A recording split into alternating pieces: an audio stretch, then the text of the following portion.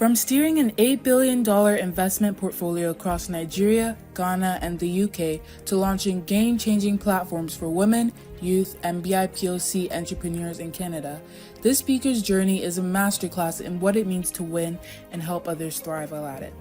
Through her work at CASA Foundation, she's launched nationally recognized initiatives like WEEX, CASA Venture Labs, and the Black Advisory Hub, amplifying voices, unlocking funding, and driving real economic inclusion.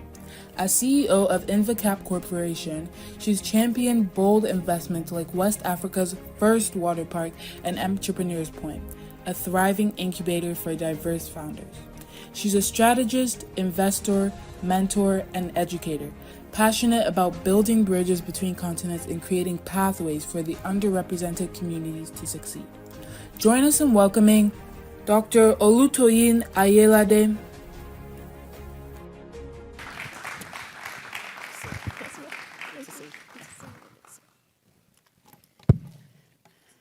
Okay, thank you. All right. Good morning again. I'm not sure. Yeah, we say in the morning. It's great to be here. It's really, really great to be here. And so the first declaration is we're going to keep this. PB and PB Global. We're going to pray, and this is a giant stride, and we believe that this is where we're supposed to be. And then from here on, then we keep moving forward and we keep growing larger and larger. So I claim this space for us in Jesus' name. Right. The last time I was here, I was, to speak, I was at another location, and I think it was a much smaller one. All right. So it's great to see great things happening around us. I know we already said a prayer, but I'm just going to quickly say a little one of mine, if you don't mind. Heavenly Father, we thank you. What a joy to be in your presence again this morning. We give you praise, our God and our Master. We give you glory. We give you honor. We give you adoration. Our God and our Maker, take our mouths, each one of us as we speak. Make it the pen of a ready writer. Help us to speak as your oracle, and let the lives of people be transformed continually. In Jesus' mighty name we have prayed. Amen. All right. Thank you again, everyone, for joining us this morning, I would say. Last night we spoke at Africa Day. Africa Day is tomorrow, so we celebrate that every year. But then, of course, because it's a weekend, we decided to celebrate again yesterday in Ottawa. I was at Carleton University. And a couple of the great people in that hall asked us a few questions when it was Q&A about the Africa we want. You know, it's an Agenda 2064 by the African Union, the Africa we want. And as they were asking, he had a long list of, so how do we do this? Because if you remember, Canada has a way of, their relationship is more of exploratory with Africa, right? So it's all about the extractive sector. And so as they asked those questions, what else can we do? What are we going to do? You know, people are not doing business, and we're very conservative here, and so it's really difficult to trust people. And so the direct answer to that is, we will live the Africa of our dreams from today, because when they see us living the Africa of our dreams from today, then people will also get to invest more in us. So those were some of the answers. And then, of course, I'm sure we can talk about a few of the other things that came up, because a lot of the Canadians are also looking for people like yourself and myself, yourselves and myself, to do business with, because they are conservative, but they see us. And the values they see in us, the values that we espouse from time to time, are the things that they hold on to.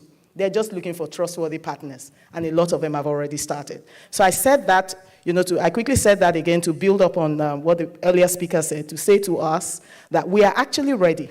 We are at the forefront of, history, making history as we build our businesses, so that they can also invest in us some more. They're already doing so now, outside of the extractive sector. So I'm just going to encourage us and start with that this morning, that we're on the right path, as many of us have started running our businesses, and we just need to build up and scale and look for additional partners to take it forward. All right, thank you again. This morning I'm going to also say quickly thank you, PB Global and PB. We call them Pastor Bolarinwa and Pastor Bumi. So Pastor Bolarinwa is the global pastor lead, and then Pastor Bumi is the one we see here every day. So she's local here with us, but they're both PBs, right? So one is global, one is local. Thank you again for having me here. Pastor Godman, thank you so much. We really appreciate you. Thank you for all the work of God you do. and the work of ministry and for transforming the lives of people. May God bless you richly for it. All right. Okay, I do have some slides. I'm going to start with a quick story. It was in 2008 when we had the global financial crisis. And that global financial crisis took a lot of people out from their comfort zone. A lot of people, I'm sure a lot of you remember, started from the US, spread across the nations. I think I was rounding up my program at the Wharton School then in the United States. And we felt invincible. A lot of us, CEOs from Nigeria and so on, were there, sitting pretty, continuing our work. We didn't know it was coming to catch up with us. You know how some people just feel like he's not going to. But you know what? By 2009, early 2010, in fact, 2009, it was all over. Nigeria had gotten caught up with the global financial crisis. At that point, I was the group treasurer of Intercontinental Bank, Intercontinental Group, and so we had a large portfolio, particularly in the foreign markets, a large portfolio, owing and so on. And I just happened to be the group treasurer at that particular point. It wasn't the right hat to have been wearing. But I guess it was those challenges. I think it was that experience that has actually brought me here. And that's why I think I'm speaking to you today, too. It was at that point I had spent about 17 years, out of which about 6.5 years I'd been group treasurer from London, UK to Ghana, and a lot of the other branches. We had 365 branches, 12 subsidiaries, 25,000 people working, and I was a group treasurer. And so what do you do in that situation when you get caught up with that? As some of you might know, that bank is merged with Access Bank today. It's no longer there, so a smaller bank took it over. But, it was a major shift for us. We didn't see it coming. It was actually, as a matter of fact, earlier that year, we had just won, the top bank in Africa by the Financial Times of London. So we had a lot of things to hold on to. We were really big. But then that got caught up with us. And so it was like everyone was in limbo before then. So that was 2009. 2005, my husband, who I recognize today, thank you again, Architect Olusola Oyelade, he's right there in the crowd. Thank you again for coming with me. He had actually taken it in his wisdom that, he said he wanted us to relocate. It was time to take the children, to school abroad, and that, Nigeria not stable, a lot of things anyway. So he took that decision and said, okay, we're coming. And so we landed in 2005, but maybe because of my job, and I guess I was, I felt it wasn't time yet. And so I was shuttling, and that was the story. And by the time the financial crisis happened and we're just running up and down and we didn't know what to do, home was where I had to come back to. And so although we had settled here since 2005, I didn't come in until 2011 when I finally resigned from Intercontinental. But there was a lot of challenges, a lot of demands, a lot of authorities, regulatory reporting, things that we never envisaged. And so a lot happened in that window of time. I resigned, I came in here, and I had to start all over again. It was almost like, it was the biggest shock of my life, and that's just the truth, this is a Christian gathering, so you understand when people have waited on the Lord. I waited on the Lord for about 4 years thereabouts before I had my first child, and so I thought it was the biggest deal that could ever happen to anyone in life. But when the global financial crisis happened, maybe because of my role, I had to do reports to regulatory authorities, enforcement agencies, and a lot of those types of people. It was really a big deal for me. And so I had told people around us that I wasn't going to come to Canada. It was just the truth, because I really didn't see where I could actually start from, maybe because of the work I did at that time on my role. I didn't know how to start again. But God works in mysterious ways. It was exactly what I ran away from all those years that I now came back to Canada to start doing. And so I landed in Canada, started over after resigning in 2011. And the question was, what exactly am I supposed to do in a land like this? And that's just the truth. I applied to jobs, and my husband looked at me again and said, after how many years as group treasurer, you are vice president of one of the foremost banks in Africa, you're going to start applying for jobs? To do what? But it was a job I knew how to do. I had never done business before. And so I say that again to us this morning, as I go into my slides, to say to us that perhaps might be the story of a few of us in the room today.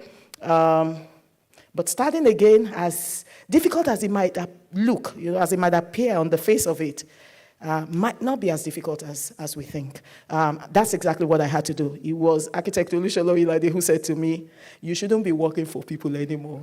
You've done a lot of working for people. You've gone to so many schools. You should actually build a business and have other people work and support you as you do that. And so thank you again for making us do that. Next slide, please. Today we talk about finding purpose in transition. And so I'm just going to share a few points with you. The first being the fact that you do not actually lose your value when you leave your country, and you do not lose your leadership when you start over. So the titles were gone, not group treasurer. Everybody sees you in the, they see you in the banking hall, they get up and all of those, or they recognize you on the streets and so on because you're signing all their credit facilities and so on. The title is gone. But who are you after all the title is gone? Because indeed, you are actually not the title if you really understand who you are. And so that's where we started from. Next slide, please. The power of transitions is complex, but it's purposeful. If you really lost your job, as I did, because my job was a big deal to me, you had a lot of perks and so on, and I'm sure a few people might understand that. But a job loss could actually provide you some clarity, some purpose. You like reinventing yourself. Where are you going to start from? That's when you begin to, you put on your thinking cap. Where am I going to start from again? What have I done? What do I know how to do? And so on. And that's exactly what happened to me. And I think I'll have some time to share a bit. I already talked about that. Next slide, please. So that's the story I just told. Next slide, please. Now, reinventing leadership. For me, personally, the first thing I did, and I'm going to share a few tips. After going around like that, I did apply for those jobs because I really didn't still want to rely on business. I'd never done business. It says go do business. Anyway, I applied for jobs secretly. I did all, a few of those things. I'm not just going to sit here because I'm actually used to working. You can't even understand it. Sometimes it's 1 a.m. in the morning. You're just leaving the office. So it's actually very frustrating when you are not actually putting your hands to work sometimes. I mean, for people who work, for some people, they're homemakers and they do a fantastic job of that. But if you are really used to the marketplace, workplace, you got to do your work, you got to put your hands to work. And so I love my work, and I love to actually work. So what I did was, after applying for a few jobs, got some interviews. As a matter of fact, one of the interviewers said to me, you'll be frustrated, and I'm not going to mention the name of a bank because I was looking for a job in investment banking, but he said, you'll be frustrated working because this resume, I'm not really sure. Well, yes, we give you a director, but sometimes you're a director, you're sitting in the banking hall, in the branch office, you're in charge of a regional office. It won't be the same for you. And so you've just got to you got to tell us exactly what you want to do, and if you think you'll be able to cope with this, because we don't want to see you resigning in 6 months and so on. And it was when I discussed that architect said to me, look, we're going to put some funds to this. Go think of the business you want to do. And that's how we founded CASA Foundation. The first thing that came to my mind, I must mention, in the process of all of this transition that I particularly went through, I had to travel several times to Nigeria to answer to some authorities because of the banking issues. And so in the process, it was on one of those occasions, in transit again, as I was on the lounge of, coming back to Canada on an occasion, I took a paper napkin and I said to myself, crying out, because everything we do, particularly because we have a divine advantage as children of a Most High God, there's that divine advantage that we must have and leverage on, because we already have it. Even if we're not leveraging it, we have to. I sat in the lounge and I said to my God, how much longer am I going to keep transiting between Nigeria and Canada? The money that I'm supposed to use to spend feeding my family, I'm traveling up and down because of these issues. How am I going to do this? This is a Canada I didn't even want to come to. So you know how we rant, like it's God's, like God is the one that brought the problem, And then I ranted a bit and all of that, and I was just sitting there. I couldn't eat, I couldn't do anything. I had a paper napkin, maybe a drink. And it was at that point, it was like a heart cry. Nobody even knew what was going on. That paper napkin was what was in my hands, and I believe it was the Holy Spirit. He just gave me a few ideas, and I wrote them on the paper napkin. I still have them till today. It was this CASA Foundation, exactly what I should do. You've been given so much. You've gone to so many places. You've had this opportunity. You've had that opportunity. This is the time to give back. Give back doing what? I'd never run an NGO before. I'd never run a nonprofit before. But that was a story. And that's just the truth of a story. I wrote it down, exactly what was being said. Absolutely incredible. Things that you couldn't even think about. I said, how is this going to happen? Well, this God is very funny. Anyway, but I wrote them. I wrote them because, where I came from, they always told us in church, write. Just keep writing it. You don't even know when it will pan out or how it will pan out, but write it. So write, I did. And I came to my husband again. I gave it to him. He laughed and said, what type of money? Do you run an NPO? Do you know exactly what a nonprofit organization is? Anyway, we went on through that. But you know what? By the time they called me back to come again and write some reports about what happened in 2000 and those types of things in Nigeria, I knew immediately that I had to do something drastic to show myself that I was useful also here. And that was exactly when we registered CASA Foundation. Today, CASA Foundation turned 15 years on the 20th of April. It turned 15 years on the 20th of April this year. And we registered it on that day. And so that registration actually was like, for me, an actionable step that gave some sense of purpose to me in Canada. For me, it was just a signal that I had done something and there was something to look forward to. So even when anybody now called me in Nigeria to come and say this or say that, I was coming back to something that needed to be done. So that was for me, my own, that was how CASA Foundation happened for me. Now, the first year CASA Foundation started, I think Mr.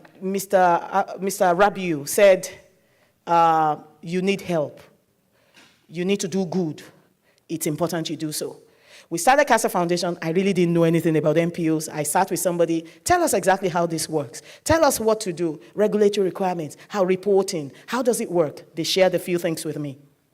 But being a doer, I think I just called myself a doer. I needed to do something immediately. And the first thing that came to mind was an investment banking platform, because that's my familiar territory. And so we set up the platform called Friends of Africa. Friends of Africa, because I had done a lot of consultation though, community people, gaps in community, what do they need, how, and so on. I know about banking, I know about funding, I know about fundraising, and so on. How can we help? And they were thinking, but how are you going to do it? Nobody wants to work with Nigerians, they won't pay back, you do this. I said, let's set it up first, let's bring people together, and then we gather a few ideas. And that was exactly what I did. We set up the platform in exactly 2011, that same year. Because I had helped a few people managing their accounts, those were the people I quickly mentioned it to. We've set up this platform, and so one of the governors from Nigeria brought his 12-man cabinet. It was his own way. He didn't need to do that, but it was just his own way because we had helped him with managing his accounts effectively where I was before. And that was the first signal, because immediately he came to town, and people knew he was coming to town. Everybody gathered around the conference. I think, there's something about, because you don't see them easily, right? So they came. He was so full, tickets sold out. That was the first time. That was the first year. And we were sold out, and it was at Sheraton, it was at Sheraton Hotel, right there in Mississauga. So that was really great. And since then, even right through the pandemic, they gave us that type of support. They kept coming, we kept selling, and that was how we started getting some income back from that. So my second lesson then is, apart from helping, what do you have? Who have you helped? Can you call out to them? Particularly if you're in transition, you're looking for something to do. Perhaps some people already have it directly written. This is exactly what you should do, like I just mentioned. Some, nobody has the full picture. It's just an idea, and then you keep building it up. Some don't even have a clue, and that's also fine. And that's why we have an advantage, which is a divine advantage. You don't know what to do. They might actually be the ones that will pan out. In my own case, the NPO really panned out. And I really wanted to share with you how it panned out in my own case. Next slide, please. The first strategy, we need to find a place to serve. That's my own experience. Each person has an experience. A place to serve and then lead. I've been leading all my life, that's the truth. Even as a management trainee, they didn't have the supervisor. And so they put me as head of admin. Maybe because I could speak, they said, go and become the head of admin. It was the same bank. And so that was exactly what I did, and from there rose. When I came into Canada, we have to understand the nuances of the environment in which we found ourselves. And it's about volunteerism. in Canada. You need to serve. You need to find, even if it's as advisory board, finance committee, whatever sector you're familiar with, you need to find a place to serve. That's my own personal experience. It was in the process of doing that then the big NPO started inviting us. Okay, they put up a call for, director role, this and that. And so I joined those directors, sometimes not even knowing what exactly it would entail, but applying some of the director, the skills that I had garnered in my previous working place. And then I applied that to them, not knowing that ultimately we would, form CASA Foundation. And so that was exactly what happened. And then I started serving on some of those boards so that when CASA Foundation started, it was easy for some of them to join the board. I don't know if you get what I mean. So because I didn't know who to call, but there's something here about diversity also. So you're black and all of that. Indeed, it's a black NPO, yes. It's a black business, yes. But, in terms of diversity, sometimes you just need to inject a few other groups, like some Chinese, you know what I mean. That's why it's called BIPOC, Black, Indigenous, People of Color. So you put a few of them, it gives some leverage. Because there's some market you're looking to enter. And if you just go there with all of us like we are, sometimes, I don't know if you get what I mean. So sometimes that blocks you off. So that was how we got a few board members on. And then we kept doing what we were doing. We started running a Friends of Africa because we always got people. Right? People will always fill the hall. Tickets sold out, no doubt. However, we still had to spend money ourselves because for people to really believe in what you're doing, sometimes you need to make sure you give some freebies too. And so in the process, we will do that. We'll use some funding leverage from our partners. And then at the end of the day, we were able to hold those events and then it gained some name. By the 4th year, we had the government of Ontario, for the first time, send people to our conference to say, okay, this African group, because remember again, it's all about diversity here, and people want to see, so they wanted to be involved to say, oh, at least, even if it's tokenism they're trying to practice, let's just show that we are there, we're not funding anything, but just showing up. And indeed, they showed up, and they've been showing up since then. And so, before we knew it, we then were invited to their budget meetings. I bet part of tokenism too, because it was a way of saying we consulted widely before this budget was fully approved. I'm not sure, I'm just saying, so when there's something about that. Everybody, each community has to actually contribute. That's the way Canada is, building consensus and all that. And so we'll be invited to represent the African community. And then when they go to the parliament, the way you see them making the presentation, you have people standing behind them and so on. So those were the things that were happening then. I didn't understand it. I was just going into the room. I follow them. They would talk from morning to night. I had no clue. I understood numbers, but I didn't understand the nuances of sector, infrastructure. We're giving this money to infrastructure for the whole year. This is our budget for that. I would listen, and I'm thinking, how is this going to benefit me? But I didn't understand it. But after a while, then I realized that most of the people in the room were NGOs themselves, and they were also getting funded. We exchange cards. We go home. I call them. Nobody responds. And I'm thinking, we were in the same room for 2 hours. Do you remember CASA Foundation? Nobody ever responded to any of those mails. Not because they didn't want to. But I realized much later that it was a click. I had to crack it.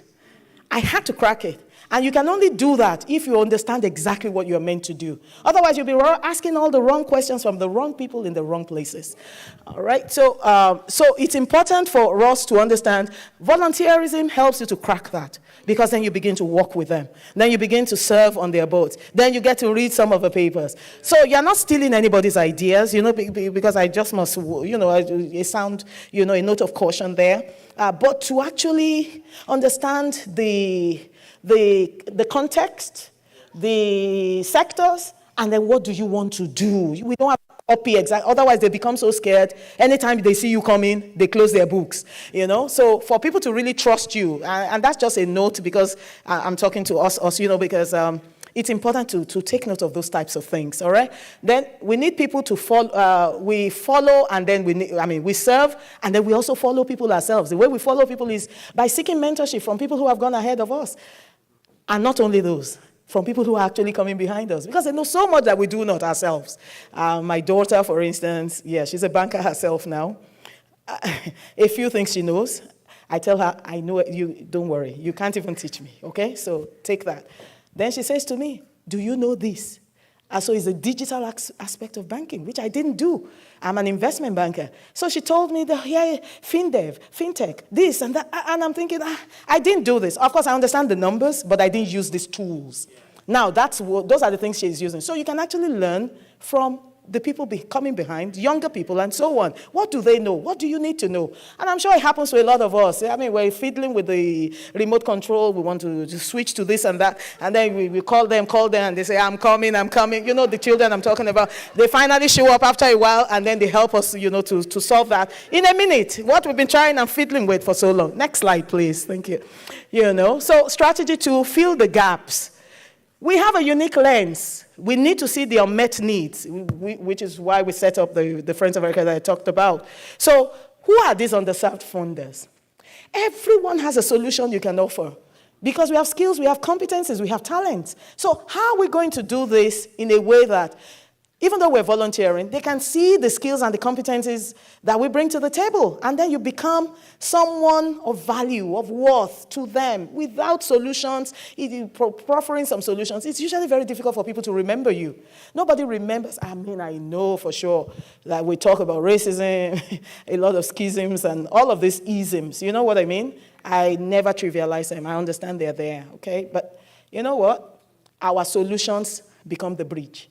There is nobody who's going to look at you any less. Once you put a solution on the table, they look for you, they call you. It's been my experience. It's not even the donation. Otherwise, and I'm sure you know, we have BIPOC, POC, and so on, and you see the donation. You know what I mean? So when they say, but they have solutions, and people reckon with them. We need to think solutions more.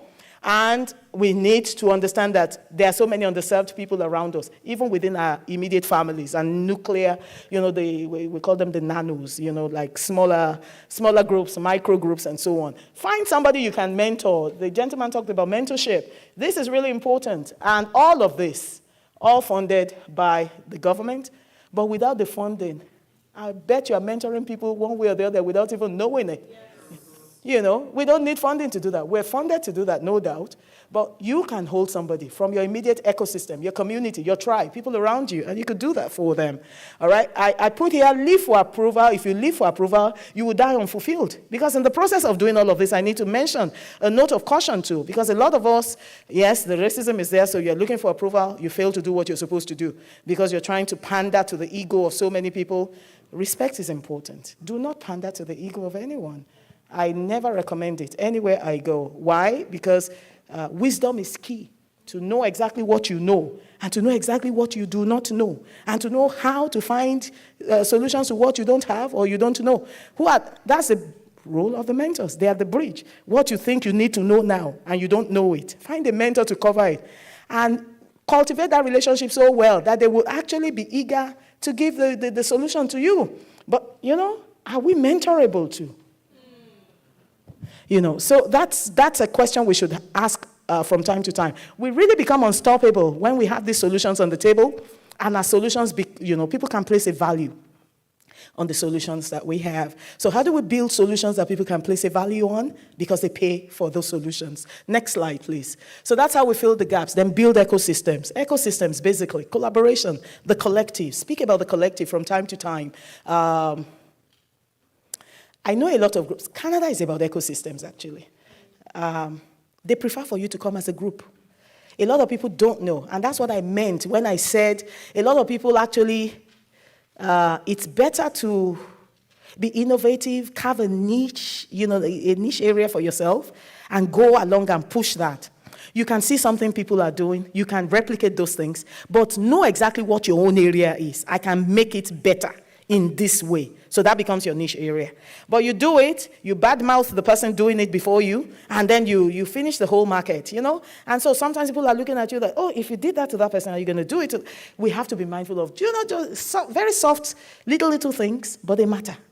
They matter.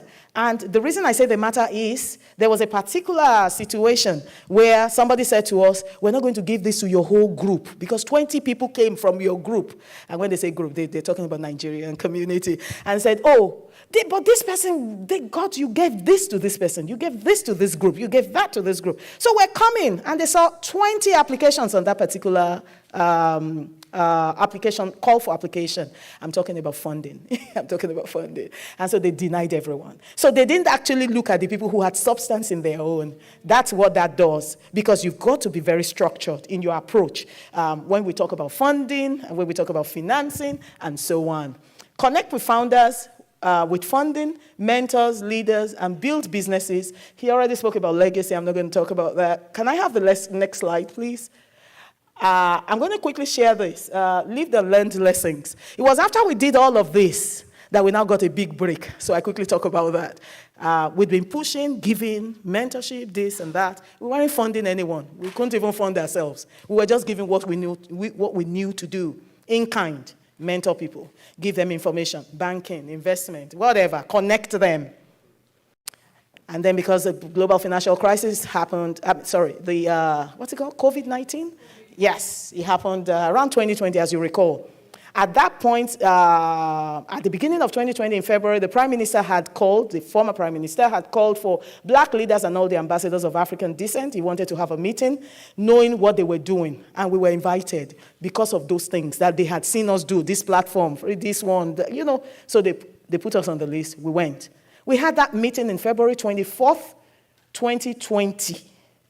And that meeting gave us an opportunity to launch another program because of what we learned. And they came down to Toronto to launch it with us. It's called Women Inspire. And it was launched by one of the cabinet ministers. It was 5 days after launching that platform that they closed the entire system. Shut down because of COVID and so on.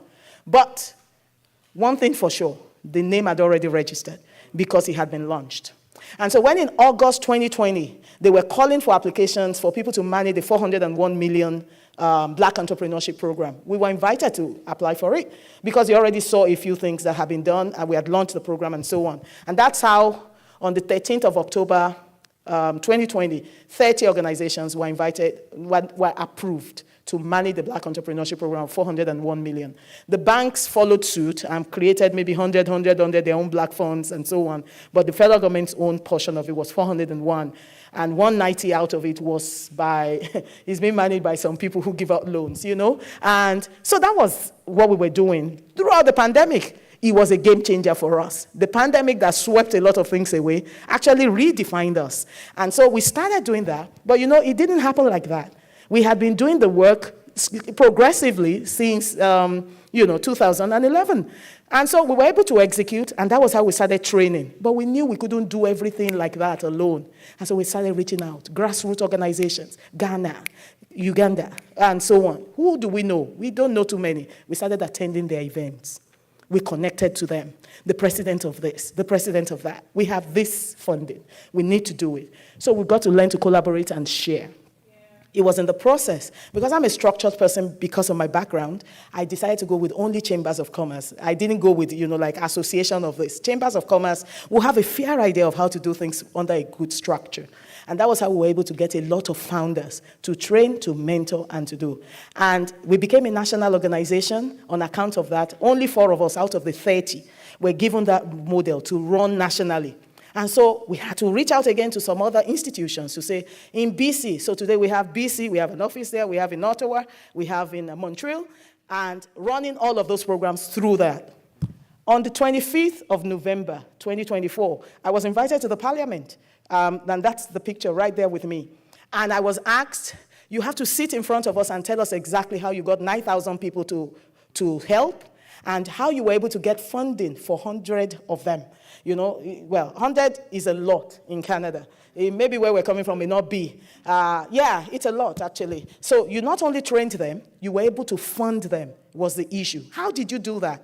And so when I was invited to speak about that, I said to them, and I'm going to wrap up, perhaps I'm going to try and wrap up, I say I'm almost out of time. And I said to them, where we came from, we are not known to borrow They didn't train us to come and borrow and spend borrowed money. Like money you don't have, you don't spend. That's the way our mothers trained us, at least from where I came. And so I explained it to them that when we come to Canada, you reorientate us to begin to borrow. And a lot of people sometimes actually spend money that is on credit card without even knowing they need to pay back. And so they've messed up their credit facilities from the get-go. I mean, maybe if you schooled here, that's a different story. But, for some of us that came, grown adults, that's the way we were trained.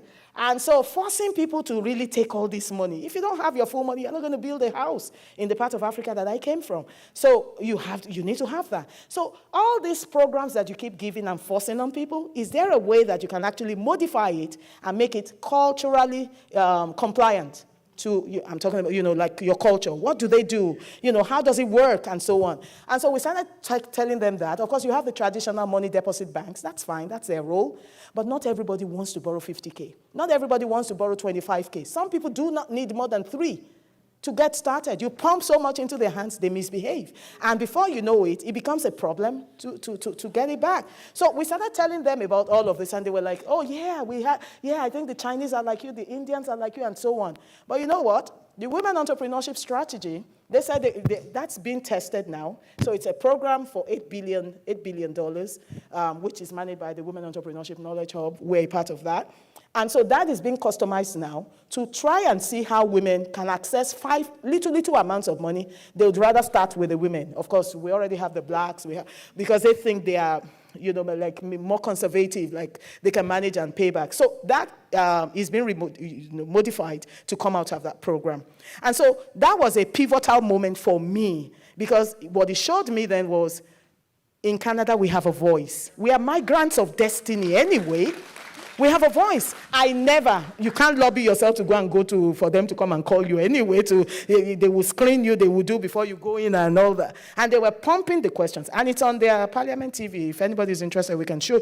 Those questions were so hard. In fact, I prayed, I must confess. I said, because I didn't know it was being streamed live. So by the time they threw the 5th question, I was like, how do you answer this? Knowing that other people are watching. But I knew that it was a defining moment for us, because if you don't answer correctly, you could change, you might not be able to make the impact that you're supposed to make. And so those, for me, were pivotal moments. And I really said to myself, this is really worth it. Even if you're not being paid to have been doing all this work all this while, but it was really worth it. Because at the end of the day, what are we really looking for? Somebody to invest their time, their talent in us, their money, but then they've invested now in us, and they're really still investing.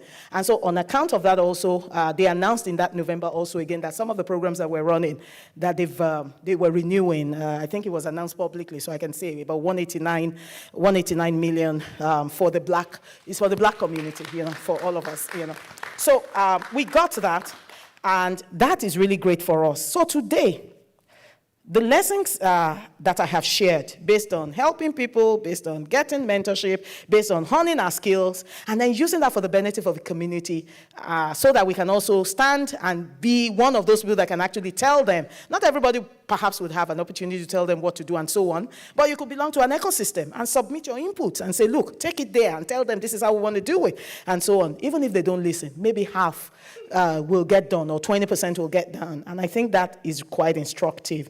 Today, I just wanted to wrap up by saying to us that for us, sometimes we think it's very late as we're starting. My own story is, there were several times I asked myself, how are the mighty falling? I definitely have to share that with you. I would tell myself again, Canada. Because Canada can be a leveler.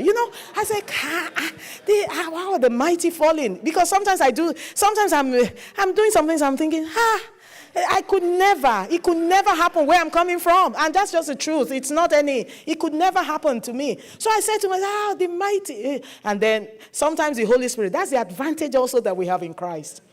And sometimes the Holy Spirit will remind you again and say, look. Because it was in the process. I got my doctorate, my PhD. I finished it from university. I came, and then I got better insight of how things are done. Yeah, not everything is a title. Not everything is, like all the accolades, which is good. I mean, people have to be celebrated and we have to do that. But I'm just saying we don't live based on that. We do the work in spite of that. Whether we're celebrated or not, we just keep at it. Because God will then trust us with so much more. That's how I saw this one anyway, because I said to myself, what am I doing here? God, don't let me fail you today. Let me just say this thing exactly the way it should be said without being, because I can actually be very, yeah. So anyway, I said some of the things and then I left. But what that has now taught me is that nothing is too late. Everybody has a season. Even when you think that things have been so disappointing, things didn't work out, or it didn't pan out, and so on. There are 3 seasons in anybody's life: the morning, the afternoon, and the night. We have to determine which season of our lives are we at. What we're supposed to do in the morning, if we missed it, are we able to maximize it quickly, maximize the opportunity of the afternoon, and get those things done? What we're supposed to do in the night, though, when the night represents like tiredness, sunset, and so on.